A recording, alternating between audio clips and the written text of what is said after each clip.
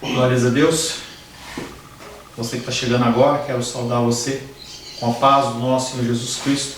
Convidar você a chegar um pouquinho mais cedo, para você participar das nossas orações, participar também dos louvores. Apesar de nós estarmos longe fisicamente, quando nós cantamos junto, nós estabelecemos uma comunhão.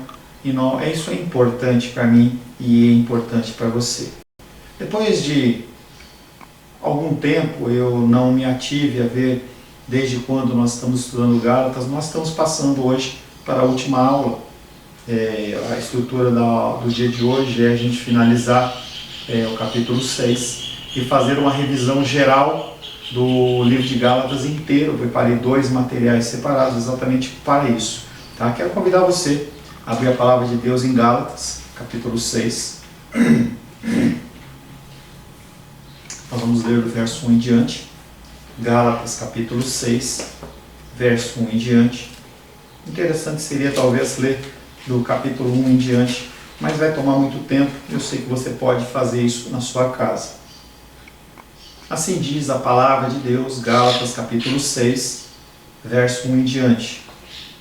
Irmãos, se alguém for surpreendido em alguma falta, vós que sois espirituais, corrigi-o com espírito de brandura, e guarda-te, para que não sejas também tentado. Levai as cargas uns dos outros, e assim cumprireis a lei de Cristo. Porque se alguém julga ser alguma coisa, não sendo nada, a si mesmo se engana. Mas prove cada um o seu labor, e então terá motivo de gloriar-se unicamente em si e não em outro. Porque cada um levará o seu próprio fardo. Mas aquele que está sendo instruído na palavra, faça participante de todas as coisas boas aquele que o instrui. Não vos enganeis, de Deus não se zomba, pois aquilo que o homem semear, isso também ceifará. Porque o que semeia para a sua própria carne, da carne colherá corrupção, mas o que semeia para o Espírito, do Espírito colherá a vida eterna. E não nos cansemos de fazer o bem, porque a seu tempo ceifaremos, se não desfalecermos. Por isso, enquanto tivermos oportunidade, façamos o bem a todos, mas principalmente os da família da fé. Vede com que letras grandes vos escrevo de meu próprio punho. Todos os que querem ostentar-se na carne, esses vos constrangem a vos circuncidares, somente para não serem perseguidos por causa da cruz de Cristo. Pois nem mesmo aqueles que se deixam circuncidar guardam a lei. Antes querem vos circuncidar, que vos circuncideis, para se gloriarem na vossa carne. Mas longe esteja de mim gloriar-me, senão na cruz do nosso Senhor Jesus Cristo, pela qual o mundo está crucificado para mim e eu para o mundo. Pois nem a circuncisão é coisa alguma, nem a incircuncisão, mas o ser uma nova criatura. E a todos quanto andarem de conformidade com esta regra, paz e misericórdia sejam sobre eles e sobre Israel de Deus. Quanto ao mais, ninguém me moleste, porque eu trago no corpo as marcas de Jesus. Verso 18. A graça do nosso Senhor Jesus Cristo seja, irmãos, com o vosso espírito. Amém. Palavra do Senhor. Amém. Por alguns meses nós meditamos no livro de Gálatas. E agora nós estamos no fim de Gálatas, fazendo aquela breve revisão da aula anterior, em que nós tratávamos, em especial, do verso 11 ao verso 18, tratando sobre a essência da religião cristã. Se você pegar um perfume, e você pega um perfume lá de 50 ml, 100 ml, não sei, não imagine que aqueles 100 ml são compostos de 100% de essência, porque não é. Apenas uma pequena partícula dele compõe e dá todo aquele cheiro, e dá todo aquele aroma. Da mesma forma, se você for encher o tanque do seu carro, você vai não colocar 100% de gasolina ou 100% de etanol. Há uma composição. E nós precisamos entender também qual é a composição, qual é a essência da religião cristã, e nós falamos na semana passada. O apóstolo Paulo, em Gálatas 6,11, ele começa dizendo que ele escreveu com letras grandes. E nós meditamos na semana passada o duplo sentido de letras grandes. Primeiro, no sentido da exortação, porque as pessoas elas tinham dificuldade de colocar em prática os ensinamentos do Senhor. Nós, nos dias de hoje, continuamos com essa dificuldade. Os seres humanos ao redor das eras também têm essa dificuldade. Dificuldade causada muito mais pela nossa má vontade do que qualquer outra coisa. O apóstolo Paulo escreve no sentido de exortar aquele povo a ficar alerta. E também no sentido de trazer a atenção. Falando assim, olha, o que eu estou falando é algo importante. O que eu, pastor Paulo, estou falando é algo importante no sentido de que eu falo as Escrituras. Enquanto eu saio das Escrituras, você não tem que levar em conta. Mas dentro daquilo que as Escrituras realmente estão escritas, você lê, você entende, realmente atesta o que eu falo, você tem que prestar atenção. Mas o que o apóstolo Paulo está enfatizando ou exortando? É exatamente a essência cristã. Do que é composta a religião cristã. Ela é, no versos 12 e 13 nós meditamos, ela é algo apenas exterior, é algo apenas interior, é uma mistura dos dois. E nós meditamos na semana passada exatamente perguntando sobre isso. Será que os ritos que nós temos, eles são tão importantes ao ponto de serem essenciais? O jeito que você se veste, a cor do seu cabelo, se você usa maquiagem ou não, se a calça está justa ou não. É lógico que sempre tem o princípio do zelo, da ordem, da decência. Mas, excluindo isso, será que esses elementos eles são tão importantes assim? E os judaizantes, que eram aqueles que Paulo estava combatendo, diziam que sim, esses elementos eles são tão importantes quanto o sacrifício de Cristo. E quando eu falo de uma maneira aberta assim, o que parece é que é ridículo. Mas dentro do dia a dia o que acontece é que nós levamos isso em conta e achamos que esses elementos eles são importantes como a cruz de Cristo. Quando nós falamos, por exemplo, do dízimo, fica parecendo que o dízimo ele é essencial. Se a pessoa não entregar o dízimo, ela vai para o inferno. Não tem nada a ver. A gente vê muitas igrejas falando sobre isso. Dízimo, oferta, é obediência. É obediência ao entendimento da palavra. Quando você faz, quando você cumpre uma ordenança, essa ou qualquer outra, quer dizer que você entendeu. Se você entendeu e não faz, você é rebelde. O apóstolo Paulo está falando que mesmo essas coisas, elas não são importantes no nível da morte e ressurreição de Cristo. Batismo é ordenado. Circuncisão na época do Antigo Testamento era ordenado. Mas isso não influencia na sua salvação. E você tem que meditar em relação a ritos e fé. Por isso a importância de você ter o seu tempo devocional em casa, de você ter o seu tempo de meditação no Senhor, porque não tem mais ninguém, é só você e Deus. E nesse momento você tem a oportunidade de conhecer mais esse Deus. A circuncisão do corpo simbolizava a circuncisão do coração, e era apenas um simbolismo externo. No decorrer da história, nós vemos o povo de Deus cometendo este erro enormemente. A segunda questão, dentro da essência, é se ela é humana ou é divina. No versos 3 ao 16, nós falamos sobre isso. Será que o contexto da salvação, ela tem sua participação?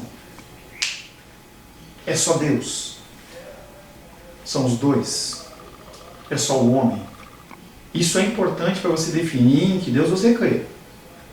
Nós temos falado de um Deus soberano. Um Deus que é soberano é um Deus que ele comanda tudo. Ele não depende de você. A sua ação, o seu sim, a sua transformação, tudo isso é consequência de algo que já ocorreu. Porque você é morto sem Deus, você é morto no pecado. Os judaizantes diziam que sim, o homem tem a participação Se você não se circuncidar, se você não cumprir a lei, se você não for obediente, você perde o direito. Você não tem o direito, isso é uma mentira. A religião daqueles homens era basicamente uma religião humana. Começava por uma obra humana, a circuncisão, e continuava por obras humanas através do seguir a lei. A salvação, ela passa a ser uma recompensa pelo seu agir, e isso é mentira. Nenhum homem pode merecer a salvação. A palavra de Deus diz que nós todos pecamos e nós carecemos da glória, da ação, do poder de Deus. E por que eles faziam isso? Porque eles não queriam ser perseguidos pela cruz. Nós vemos isso no verso 12. O que é ser perseguido pela cruz? Será que, pastor Paulo, nessa perseguição, ela tem a ver com a perseguição da cruz lá das pessoas do Oriente Médio? As pessoas que moram na China, na Coreia, são perseguidas?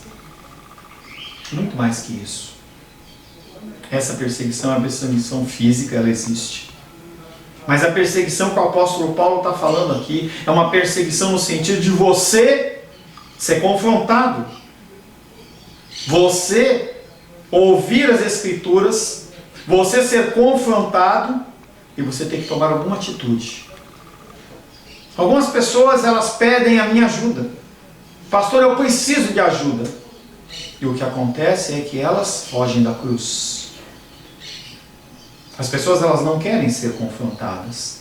Quantas pessoas começam o discipulado e elas vão caminhando, e chega um momento em que elas desistem.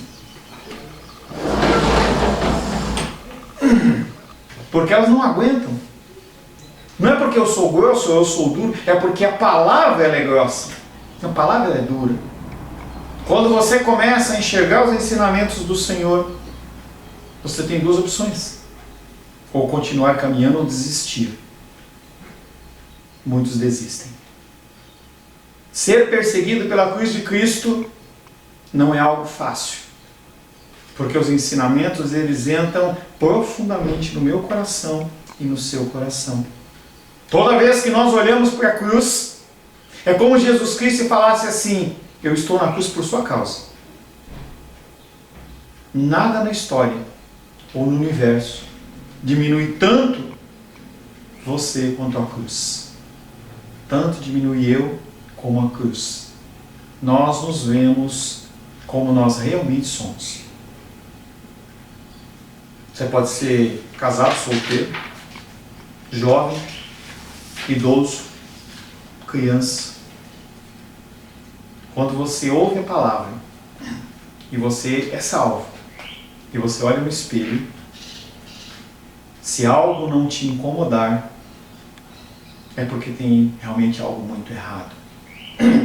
Falava essa semana com uma pessoa, e a pessoa falava para mim assim: eu sinto que eu não tenho fé. Por causa disso, disso e mais isso. E eu falei para a pessoa: isso é símbolo, isso é um sinal de que você tem fé.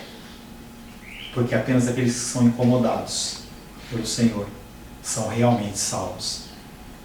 É uma força motriz que nos empurra a continuar caminhando. Então nós lemos Gálatas capítulo 6, verso 16, para a gente dar continuidade à nossa aula, que diz assim: e a todos quantos andarem de conformidade com esta regra, paz e misericórdia seja sobre eles e sobre Israel de Deus. O apóstolo Paulo nos ensina algumas verdades. Primeiro, a partir da morte e ressurreição de Jesus Cristo, o Israel de Deus, que era composto pelo povo israelita, ele tem enxertado neste tronco, que chama-se Jesus Cristo, a minha pessoa e a sua pessoa. Nós somos enxertados. Nós nos juntamos aos judeus. Nós também somos, junto com eles, Israel de Deus. É um engano quando as pessoas falam, não, agora o povo, Deus esqueceu o povo judeu, porque eles não aceitaram Cristo, porque eles foram... Não. A aliança do Senhor ela não é rompida. Se a aliança do Senhor dependesse do homem, sim, ela era rompida, mas ela não depende do homem. Foi feita uma aliança com Abraão, Isaac e Jacó. Foi feita uma aliança com Davi, Salomão e homens de Deus. E essa aliança, ela não tem fim. Então nós temos que entender que há um tronco, chama-se cristianismo, Cristo. Há os galhos do povo judeu e nós fomos enxertados nessa árvore para que nós possamos dar fruto, mas eles também são. Todos quantos andarem de conformidade com esta regra. E o Israel de Deus não são dois grupos, é um grupo só. O corpo é um só. Batistas, presbiterianos, metodistas, assembleianos, igrejas independentes como a minha, como a nossa, nós fazemos parte de um corpo. Se você for enxertado na videira, você faz parte deste corpo. A igreja cristã desfruta uma continuidade direta com o povo de Deus no Antigo Testamento. Aqueles que estão em Cristo são hoje a nova circuncisão. Filipenses 3:3 fala sobre isso. Gálatas 3:29 diz que nós somos descendentes de Abraão. Quando Deus estava junto de Abraão, eles estavam fazendo o pacto, Deus falava assim, olha, aquelas estrelas do céu, elas não são talvez suficientes para mostrar quantos herdeiros, quantos descendentes você vai ter, e você faz parte disso. Nós somos, na verdade, o novo Israel de Deus junto com o antigo Israel de Deus. Da mesma maneira que o Novo Testamento ele não invalida o antigo, também esse novo Israel de Deus não invalida a aliança que foi feita anteriormente. Segundo ensinamento, a igreja tem uma regra para a sua orientação. Você não anda à revelia, você não faz o que você quer. Eu não faço o que eu quero. O povo de Deus, o Israel de Deus, segundo diz o versículo, anda de conformidade com esta regra. A palavra grega para regra significa uma vara de medir, ou régua, a medida padrão do carpinteiro ou do supervisor. A igreja tem uma regra, e a regra é as Escrituras, a palavra de Deus. Você entende, mais uma vez, a importância de eu ficar atormentando você, dizendo para você ler as Escrituras? Você tem que seguir esta regra. A doutrina dos apóstolos, a cruz de Cristo, a nova criação, está tudo aqui. Está tudo aqui, não é preceito de homem, não é ensinamento de homem. Você pode crescer em estatura e graça. Não é apenas no domingo de manhã, nos dois períodos, não é só no domingo à noite. Se você me encontra de alguma forma durante a semana, não é isso. O mais importante é o seu tempo com o Senhor.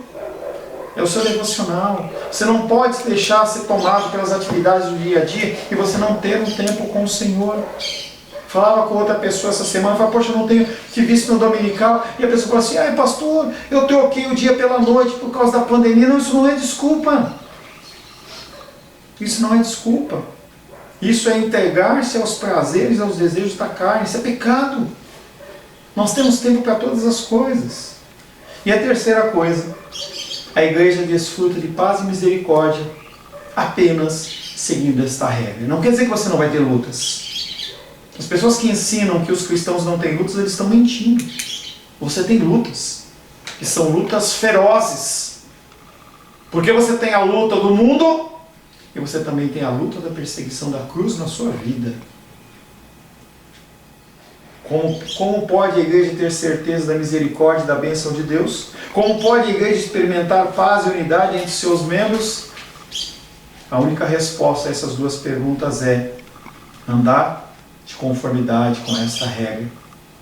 É pecado negligenciar esta regra. É pecado negar a fé apostólica. É pecado você se distanciar do Senhor. O principal motivo da igreja desfrutar de tão pouca misericórdia de Deus e paz é porque não anda segundo a regra. Estabelece métodos, formas, caminhos que sejam mais fáceis. Paz sobre Israel é impossível quando a igreja se afasta da regra. Você tem se afastado da regra. Sem ela, você vai murchar, a luz do Espírito Santo vai cada vez mais apagar. Gálatas 6,17, o apóstolo Paulo fala: quanto ao mais ninguém me moleste, não me incomodem, porque eu trago no meu corpo as marcas de Jesus. A palavra marcas chama-se estigmata, S-T-I-G-M-A-T-A, estigmata. Há filmes sobre isso. Os homens na igreja da Idade Média acreditavam que essas marcas eram as cicatrizes nas mãos e nos pés e do lado de Jesus, aos quais, através de uma profunda identificação de Paulo com ele, havia aparecido também no corpo do apóstolo. As pessoas começam a criar misticismo. Então, se eu chegar num nível espiritual tal, vai acontecer isso comigo. Se eu orar profundamente, vai chegar um momento em que, como com Cristo, vai sair sangue dos meus poros. E na Idade Média, as pessoas elas acreditavam que as pessoas mais espirituais, fisicamente aparecia a marca nas mãos, nos pés e do lado. E essas marcas, elas eram acompanhadas de extrema dor. São Francisco de Assis também falava-se que ele teve este estigmata no seu corpo. No começo do século XX, nada menos que 321 declarações de tais estigmatizações foram feitas, em algumas das quais, além dos ferimentos, duas, uma em cada pé, uma em cada mão, e do lado também marca nas testas. Você vê que as pessoas elas ficam tentando de alguma maneira mostrar que os outros são mais espirituais. Então, não, você tem a estigmata, a marca na mão, eu tenho na mão, no pé, eu sou mais espiritual que você. Pastor, isso acontece nos dias de hoje? Acontece. Tanto nesse sentido, como também em outras coisas, em que a gente vê as pessoas multiplicando seus títulos. Não, eu não sou só pastor, eu sou pastor e mestre, eu sou pastor, mestre e bispo, pastor, mestre, bispo e apóstolo, eu sou o patriarca, e as pessoas elas vão criando nomes, títulos para se parecerem mais espirituais. É pouco provável que essa marca que o apóstolo Paulo diz são marcas físicas, marcas nas mãos, marca nos pés, marca no lado, ou mesmo marca na cabeça. Pelo contrário, essas marcas eram marcas da pregação do Evangelho. 2 Coríntios capítulo 11, versos 23 a 25, fala que ele recebeu açoites sem medida, ele era chicoteado diversas vezes. As pessoas elas se sentiam incomodadas pela cruz de Cristo, e por não alcançar Cristo, por não poderem eliminar a cruz, eles martirizavam aquele que falava, aquele que proclamava. O apóstolo Paulo, ele era açoitado. 5 vezes ele foi açoitado, 40 menos 1. Que estranho, por que 40 menos 1? Dentro da literatura judaica, dentro das regras romanas, quando uma pessoa ela cometia um delito, ela tinha que ser punida fisicamente. Algo que hoje é abominado pelas organizações e deve ser também por mim e por você. O castigo físico ele tem que ser muito cuidadoso, até dentro de casa, em relação aos pais e aos filhos. Mas dentro da cultura romana, a pessoa ela podia ser açoitada 40 chicotadas. Não sei como se chegou a esse número.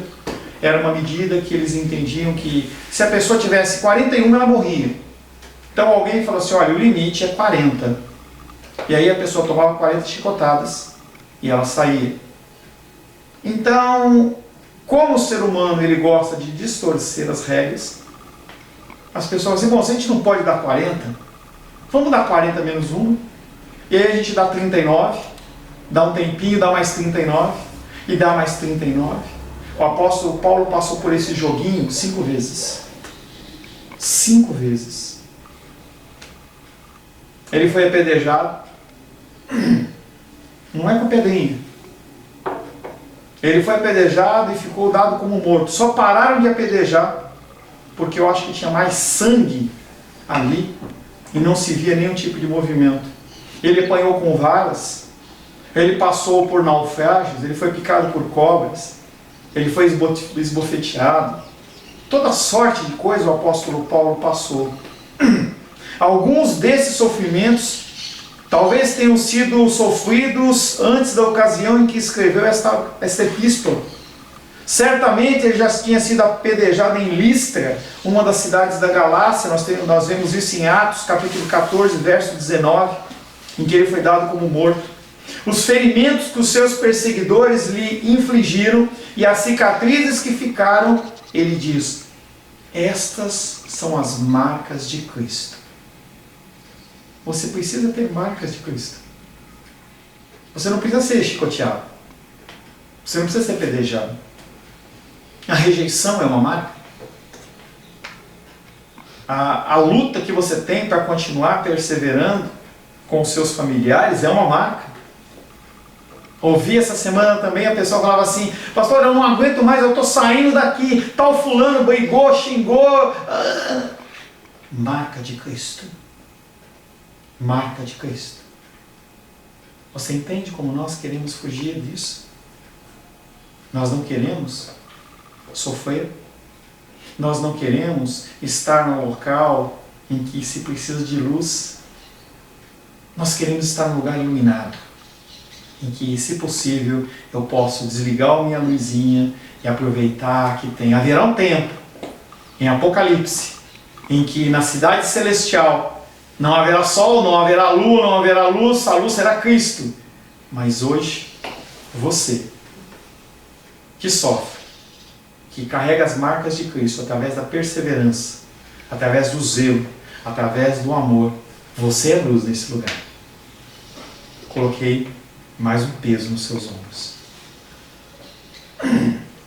A palavra estigmata era usada no grego secular, referindo-se à marcação de um escravo. É possível que Paulo tivesse isso em mente. Ele era escravo de Jesus e ele recebera essa marcação nas suas perseguições. Este era o fundamento da sua declaração: quanto ao mais, ninguém me moleste. Ou seja, não contesta a minha autoridade. Não fala do que você não conhece. Eu tenho falado em nome de Deus, o apóstolo Paulo diz, mas isso também se refere a você. Como que você responde? Tem um livro muito interessante que eu trabalhei, se não me engano, com o Felipe, que fala sobre reações. E o autor ele fala sobre baldes. E ele fala assim, onde você coloca a sua resposta? Se o mundo te afligiu, você não tem nada a ver com a história, mas você sofre, você reage de uma forma cristã ou de uma forma ímpia? E aí várias situações. Você tem mostrado as marcas de Cristo? As pessoas ou as marcas do mundo? O apóstolo Paulo fala, ninguém me moleste. Ninguém questione a minha autoridade. Paulo desejava que os falsos mestres o deixassem em paz. Mas era algo apenas verbal, ele sabia que isso não ia acontecer. O teu lar, ele vai continuar muitas vezes com dificuldade para você continuar sendo luz. Irmãos, irmãs, tios, tias, esposos, maridos, filhos, filhas, primos, amigos. Você é chamado a ser luz. E a luz, ela incomoda. As pessoas saem num sol, num céu como esse de Brasília, com muita iluminação, e o que acontece é que elas põem o óculos escuro, porque a luz incomoda. Você como luz incomoda. As pessoas não conseguem ver o brilho, como havia em Êxodo, como havia em Gênesis, que quando Moisés ele ia na presença de Deus, ele voltava com o rosto brilhando. Mas apesar das pessoas não verem fisicamente, este brilho, elas se incomodam. Paulo desejava que os falsos mestres o deixassem em paz. Como judeu, ele tinha em seu corpo a marca que os judaizantes tanto enfatizavam, mas também tinha outras marcas provando que pertencia também a Jesus Cristo. Ele não havia evitado a perseguição por causa de Cristo.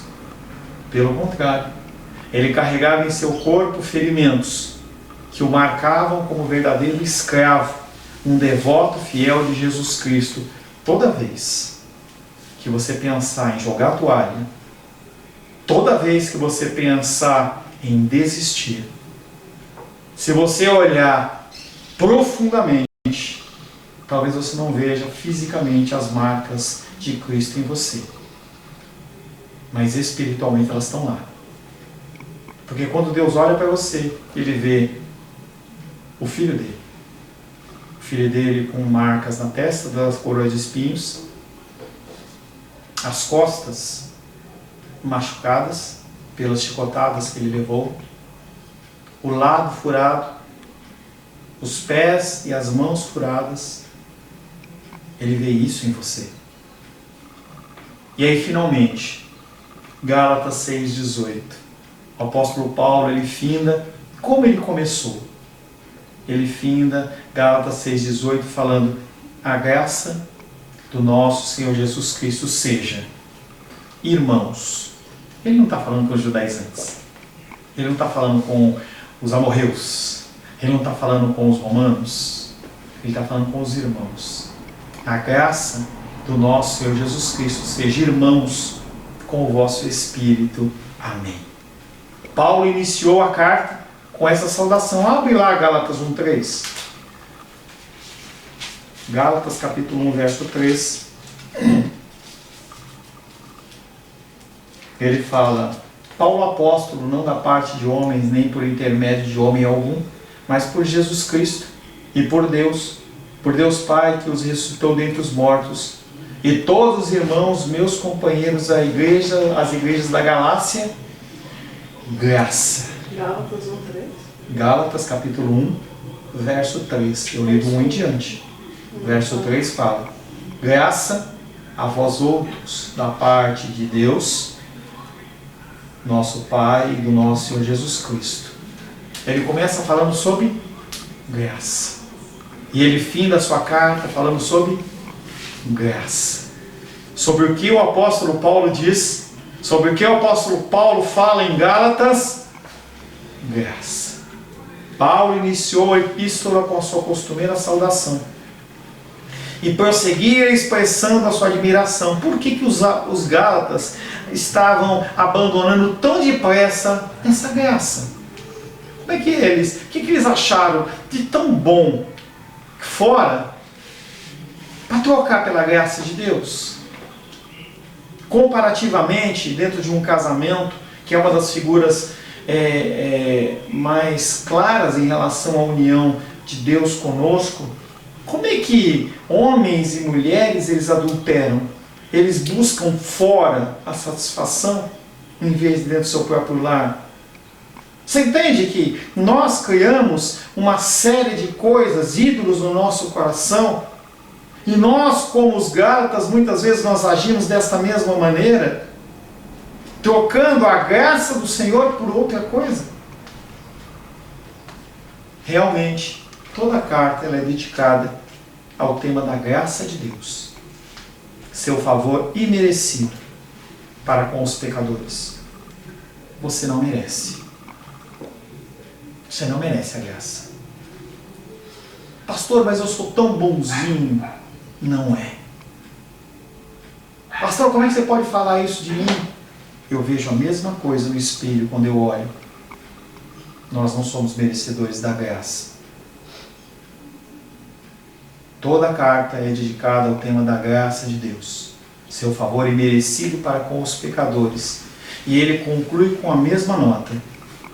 Assim, a característica autêntica do Evangelho é a graça do nosso Senhor Jesus Cristo. E do pregador do Evangelho é as marcas de Jesus. pregador não é o pastor Paulo. Somos todos nós que vivemos em meio a esse mundo conturbado. Esse mundo conturbado que precisa ser resgatado. Isso se aplica a mim. Isso se aplicou ao apóstolo Paulo. E isso se aplica a todo o povo de Deus. Paulo levava as marcas de Jesus em seu corpo e a graça em seu espírito. E ele desejava que os seus leitores fizessem o mesmo, porque eram seus irmãos. Amém? Amém. Nós findamos o estudo de Gálatas. E agora eu vou fazer um resumo. Eu preparei um resumo para você sobre a carta de Gálatas, que nós vamos findar hoje também. Se você tiver interesse, depois você manda um zap para mim, eu mando esse estudo em PDF para você. Mas não é para ficar no seu celular. Se você for realmente usar, não há nenhum problema. Eu poderia postar lá no grupo da igreja ou enviar para a lista. Esse não é o objetivo.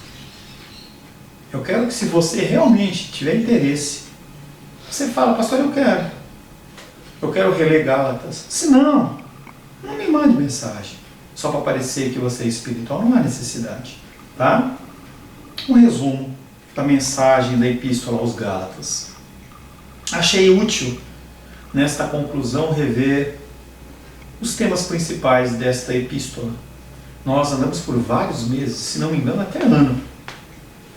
Vimos que os antecedentes à situação que provocou essa carta foi a presença de certos falsos mestres na igreja da Galácia. O apóstolo Paulo passou, ensinou, pregou, instituiu uma igreja. Havia um líder espiritual. E aí chegaram-se pessoas e começaram a falar coisas diferentes. Falsos mestres. Direta ou indiretamente, Paulo os menciona por toda a carta. Você vê essa citação desses homens, desses judaizantes, por toda a carta. Homens que pregam algo que difere do que o Evangelho fala. E eles, nesse momento, eles estavam perturbando a igreja. Porque a pessoa, é uma característica do ser humano. A pessoa que tem uma divergência, ou um pensamento, ou um desejo diferente do que está sendo falado, ele não se satisfaz em fazer aquilo só para ele. Ele quer que as pessoas também vivam como ela vive. A gente vê isso, por exemplo, dentro do contexto do homossexualismo, em especial no nosso Brasil, que é onde nós vivemos. As pessoas, elas não estão satisfeitas em terem os seus desejos homossexuais satisfeitos, não. Elas querem que a sociedade aceite. E que não só aceite, mas que também viva e conviva com isso. E eles querem entrar em toda a área. Isso é o problema. Se a pessoa quer ser homossexual, seja. Nós cremos no que as Escrituras falam sobre esta prática, mas eles não ficam satisfeitos. E aqueles judaizantes, eles não estavam satisfeitos, e eles começaram a perturbar a igreja. Essa perturbação, ela aparece em Gálatas 1:7, aparece em Gálatas 5:10, e significa perturbar, inquietar, fazer confusão. O que está tranquilo, ele deixa de ser tranquilo para virar uma confusão. E a confusão que eles estavam ensinando, disseminando, era causada por ideias erradas, que nós chamamos dentro do nosso meio religioso como heresias. O que é uma heresia? É algo que não é atestado pelas Escrituras. Eu posso inventar moda, eu posso fazer a minha campanha, posso fazer o meu plano, o meu negócio, minha corrente, posso inventar um monte de coisa, mas eu não tenho base nas Escrituras. E base nas Escrituras não quer dizer que tem um versículo que fala daquilo, e sim que tem uma doutrina falando daquilo. Tá? Aqueles homens, eles tinham ideias errôneas e estavam pervertendo o Evangelho. Não é que eles estavam falando que o Evangelho de Paulo estava errado, mas simplesmente que precisava ser adaptado. Precisava dar uma correçãozinha. Muitos cristãos falam sobre isso. Olha, o Evangelho ele foi escrito há 2000 anos atrás, a gente precisa mudar um pouco ele. Vamos mudar ele? Vamos tirar isso, tirar aquilo outro? Cristãos não podem fazer isso. E aqueles homens que eram judeus, que se diziam convertidos ao cristianismo, eles queriam que as pessoas elas fizessem como eles. Eles estavam pervertendo o evangelho, não o evangelho de Paulo, o evangelho de Cristo. Paulo não tem evangelho. Quem tem evangelho é Cristo. E Paulo os enfrenta com forte indignação. Vocês podem falar mal de mim, da minha pregação, do meu jeito de ser, mas não do que as Escrituras atestam. Havia entre Paulo e os judaizantes 3 pontos principais em questão que continuam sendo vitais na igreja de hoje. Primeiro, a questão da autoridade. Como saber o que e em quem crer ou descrer? Isso é uma pergunta que você tem que fazer. E às vezes eu vejo alguns das pessoas da nossa igreja falando com as pessoas, com outras, e as pessoas falam assim, mas só você fala isso? Só a sua igreja está certa? Segunda questão é a questão da salvação. Como podemos ficar bem com Deus? Como podemos receber o perdão dos pecados? Como podemos ser restaurados em seu favor e comunhão? Isso é uma pergunta importante. Primeiro, em que crer? Onde está a verdade? Segundo, como que eu posso ser realmente salvo? Algo que eu posso fazer ou não? E a terceira questão é uma questão da santidade. Como podemos controlar os nossos desejos pecaminosos da nossa natureza caída e viver uma vida de justiça e amor? E essa é a grande pergunta para mim e para você. Você que entende a autoridade das Escrituras. Você que entende que a salvação não passa por você, mas é desígnio de Deus. Como que eu me limpo, pastor? Como que eu abandono? Algumas pessoas dizem assim para mim no zap da igreja, falam assim, pastor, eu recebo muitas felicitações de aniversário assim, pastor, que Deus te dê muita paciência para aguentar a gente, para o Senhor não abrir mão da gente. Se fosse humano eu teria abrido mão, mas é divino, e Deus ele coloca esse amor, esse desejo, e quando eu te incomodo ligando, questionando, falando, vamos ler, vamos fazer, é uma demonstração não do meu amor por você, sim do amor de Deus que flui através da minha vida. Lidando com essas questões, Paulo dedica aproximadamente os 2 primeiros capítulos. Então Gálatas 1 e 2, ele fala sobre a questão da autoridade. Gálatas 3 e 4 fala sobre salvação. Gálatas 5 e 6 fala sobre santidade. Anota aí. Gálatas 1 e 2 fala sobre autoridade. Gálatas 3 e 4 sobre salvação. Gálatas 5 e 6 fala sobre santidade. Pastor, qual a importância disso? A importância é que você vai ler o texto de uma forma diferente. Você vai ficar procurando algo diferente. Se eu te falo assim para você, ó, prova esta comida aqui. Você prova. E você não sabe o que você procurar. Se eu falar para você, olha, em alguma dessas comidas aqui tem um pouco mais de sal, você vai se ater àquilo. Quando você lê Gálatas capítulo 1 e 2, você procura o ensino sobre a autoridade.